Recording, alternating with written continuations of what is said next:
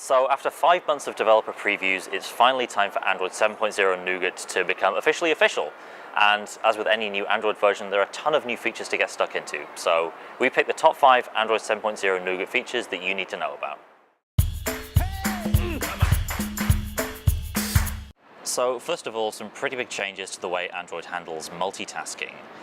You can now hop into an app, hold down the recent apps key and launch into a split screen view. And this of course is huge on tablets, but it's also a pretty big deal on phones, larger phones in particular like the Nexus 6P. So you get your familiar task switching view down below, tap an app to launch straight into it, and you can adjust the partition between the two up there. Also super easy, tap the home button to jump back to your home screen, and you can just launch into any secondary app down below. And super easy to do that, and also incredibly simple just to grab this divider and swipe down when you're done.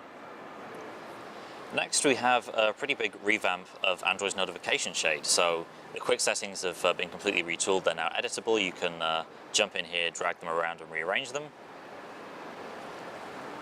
And the notification area itself has been switched up. The biggest visual change, I think, since Lollipop in this area. And you now have bundled notifications and apps that support them. So Hangouts right here, we've got a couple of messages.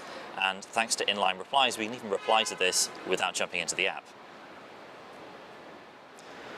And battery life, of course, is a huge thing in any smartphone, and Android 7.0 brings new features for improving battery life when you're on the go. Of course, Marshmallow brought the Doze feature, which made tablets in particular use a lot less battery life when they're just lying around, when they're not being used. But now we have Doze on the go, which helps apps use less power even when you're actually out and about, when the phone's in your pocket, when they're actually running.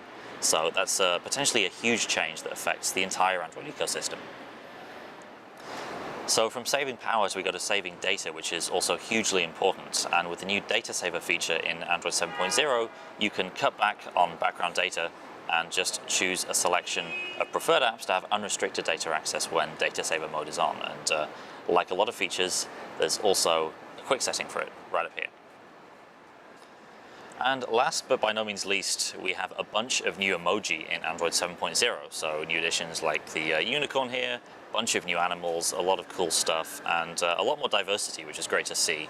And the Android emoji in general are a lot less blob looking now. So they're still kind of blobs, but they're better looking blobs. They're not as freaky as the old blobs.